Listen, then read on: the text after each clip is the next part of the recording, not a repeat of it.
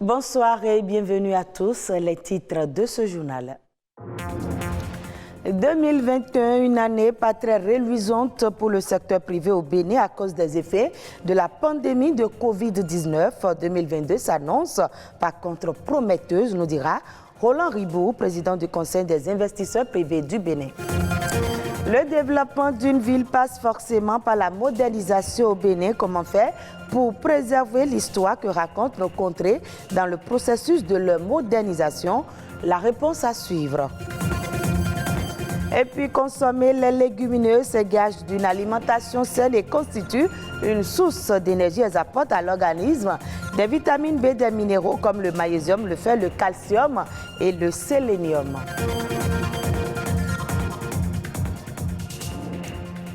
L'année 2021 aura été pour le secteur privé l'une des pires années en raison des effets négatifs de la pandémie de Covid-19. Entre résilience et relance des activités économiques, 2022 s'annonce plus prometteuse pour le secteur privé béninois. Roland Ribou est le président du Conseil des investisseurs privés du Bénin. Il en parle au micro de Rodrigue Bebagbetou.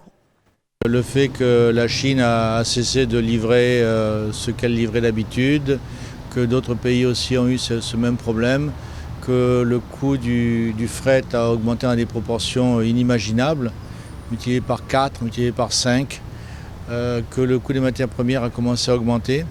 Donc effectivement, pour l'opérateur économique béninois, ça a été une année difficile. Il va falloir supporter encore quelques temps les problèmes d'incontinence du transport maritime, mais qui petit à petit va se régler, mais on ne peut pas compter ça avant milieu de l'année. Deuxième partie de l'année, ce sera mieux. Donc là, on peut compter là-dessus. Pour le reste, vous avez Logic B.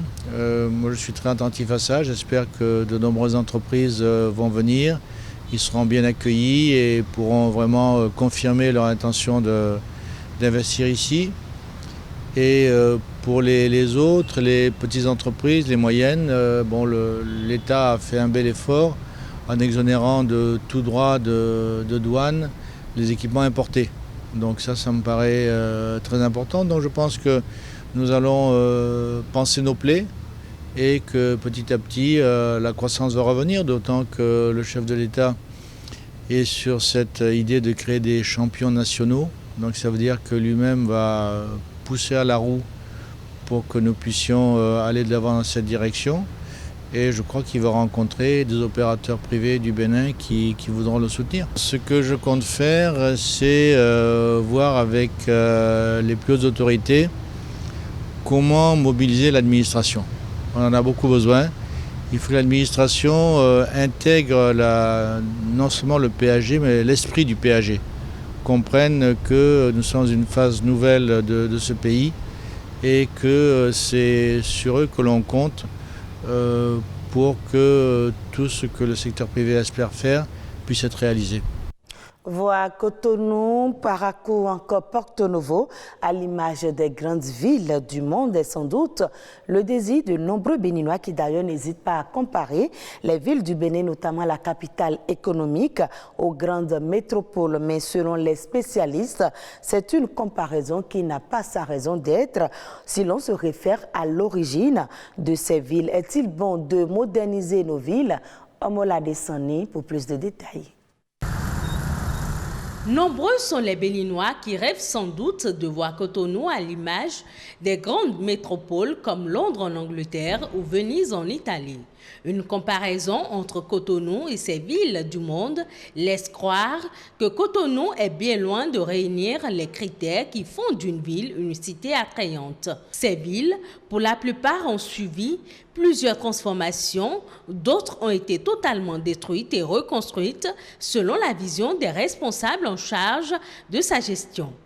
Un schéma national du territoire existe désormais au Bénin et a le mérite d'organiser en fonction des vocations l'espace national. Donc le défi aujourd'hui, c'est de faire en sorte que les villes, nos communes se dotent donc de documents de planification spatiale. La mise en œuvre du document s'avère nécessaire pour donner par exemple à Ouidah sa vocation de ville touristique et à Cotonou son statut de ville d'affaires. Lorsque normalement les gens demandent un permis de construire, c'est le document de planification qui permet de dire oui, ce que vous voulez faire est cohérent avec ce que nous avions prévu. Si ce n'est pas cohérent, on peut vous orienter là où il convient de le faire. Tout projet d'aménagement du territoire requiert l'expertise d'un architecte. C'est aux spécialistes de rendre la ville attractive et susciter l'admiration auprès de ses visiteurs. Qu'on décide aujourd'hui de faire de Gary un très grand centre d'affaires. Un peu comme le World Trade Center, de grands tours administratifs, des tours des banques, ici ou ça, pour faire des affaires, pour générer de l'argent et tout ça. Pas impossible de le faire, mais vous le faites et ça va vous coûter ce que ça va vous coûter. La beauté d'une ville ne se limite pas à ses édifices, il faut qu'elle dispose de parcs, de centres de loisirs et de détente pour l'embellir. Parce que si nous libérons les marécages, nous aurons réglé plusieurs problèmes en même temps. D'abord, nous pourrons disposer d'espace pour donner une bouffée d'oxygène à notre ville Cotonou en aménageant des espaces boisés, des parcs. Et deuxièmement, nous pourrons assainir notre ville. En dehors des places publiques, les quartiers et la qualité architecturale des bâtiments qui s'y trouvent donnent aussi à la ville son caractère atypique. Faire des habitations en hauteur, ce n'est pas dans nos cultures, mais nous sommes obligés d'en venir. On ne peut pas continuer à faire des extensions de lotissement alors que les centres-villes ne sont pas encore densément occupés. Il faut densifier l'habitat. Une ville est aussi belle si ses artères sont assez larges et des voies de circulation plus rapides. Actuellement, différents chantiers sont en cours d'exécution pour rendre nos villes plus modernes et attrayantes. Autre élément dans ce journal, souvent oublié dans nos menus, les légumineuses, encore appelées légumes secs, figurent pourtant parmi les aliments santé en privilégié. Les légumineuses fournissent une énergie de qualité et limitent les fringales. La principale caractéristique nutritionnelle des légumes secs est leur richesse en glucides. Plus de précision dans ce reportage. Riches en nutriments, les légumineuses sont aujourd'hui des cultures essentielles pour l'humanité. Secs ou verts, elles sont des plantes dont les fruits sont contenus dans des gousses. Les légumineuses cumulent des qualités qui les rendent plus que recommandables pour les consommateurs de tous les continents. Quand on dit légumineuses, il faut savoir que c'est le haricot rouge, les lentilles, le pois vert, le cassoulet, le vanzon. Tout ce qui pousse dans une coque en égrène, c'est des légumineuses. Donc, les légumineuses sont adaptées à chaque individu selon leur santé. Et c'est un besoin qu'il faut dans le repas journalier, voire hebdomadaire, pour permettre à chacun de se ressourcer et de faire une bonne compensation des vitamines et minéraux. Comme la viande ou les produits laitiers, les légumineuses ont une teneur élevée en protéines et en acides aminés d'origine végétale pour l'alimentation humaine. Elles contribuent ainsi à la croissance et au développement de l'organisme humain. C'est riche en protéines végétales.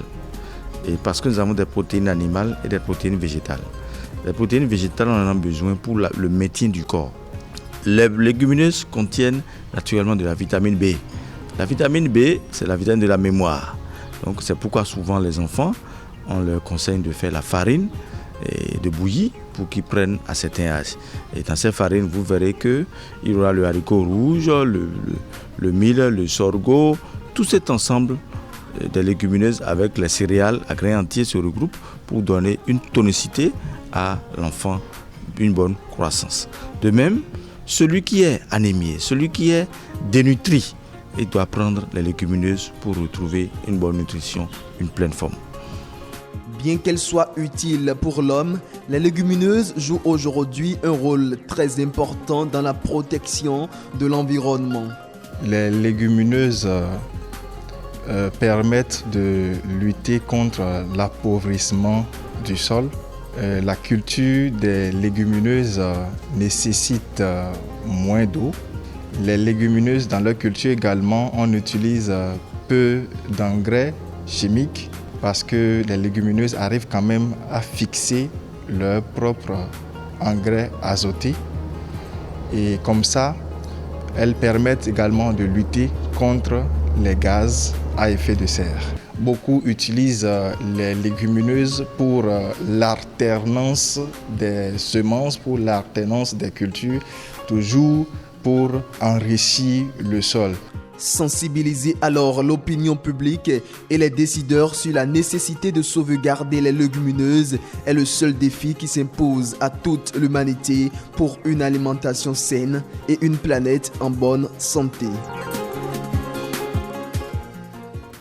Hors du Bénin, le comité de pilotage du programme des réformes économiques et financières de la CEMAC demande aux États d'accélérer le processus de rapatriement des fonds publics détenus à l'étranger. Cette interpellation intervient 2 ans après qu'un rapport du Fonds monétaire international a révélé le phénomène de fonds de la CEMAC planqués illégalement à l'étranger. Selon le FMI, certains signes laissent penser que d'importants dépôts sont effectués à l'étranger par des résidents de la CEMAC, ce qui n'est probablement pas tout à fait conforme à sa réglementation d'échange. Compte tenu de l'importance du pétrole en tant que principale source de devises, il se peut qu'une partie de ces fonds déposés dans des banques étrangères soit en rapport avec le produit non enregistré d'exportation pétrolière. Le reste de l'actualité à l'international, c'est dans Eco Inter, réalisé et présenté par Patrick Adjagbodjo.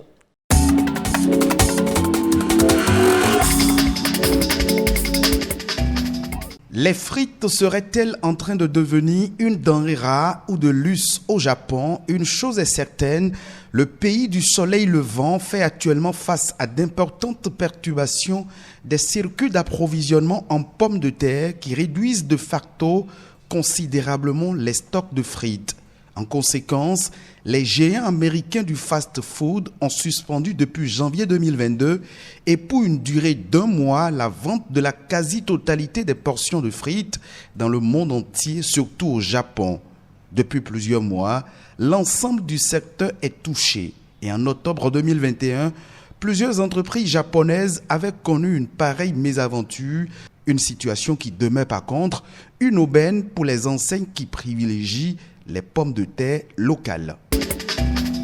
Le secteur automobile est en crise en Europe et les ventes de voitures neuves dégringolent. La faute à la pandémie de Covid-19, mais pas que.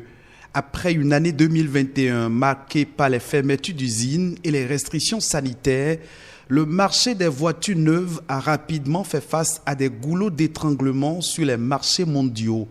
Pénurie de puces électroniques indispensables à l'assemblage des voitures, problèmes de logistique, employés en chômage partiel, retard de livraison et les clients de leur côté repoussent les achats. Jeux olympiques d'hiver 2022. Il y aura des spectateurs dans les tribunes, mais ils seront triés sur le volet. C'est l'annonce que viennent de faire les organisateurs des Jeux olympiques à 3 semaines du démarrage des compétitions. Une décision pour faire face au Covid-19, alors que la capitale chinoise est en alerte suite à la découverte d'un cas du variant Omicron. Avec la peur des contaminations, les autorités ont demandé aux habitants d'éviter tout contact avec les délégations étrangères enfermées dans leur bulle sanitaire. Pour l'instant, aucune information n'a été donnée quant aux critères de sélection des spectateurs.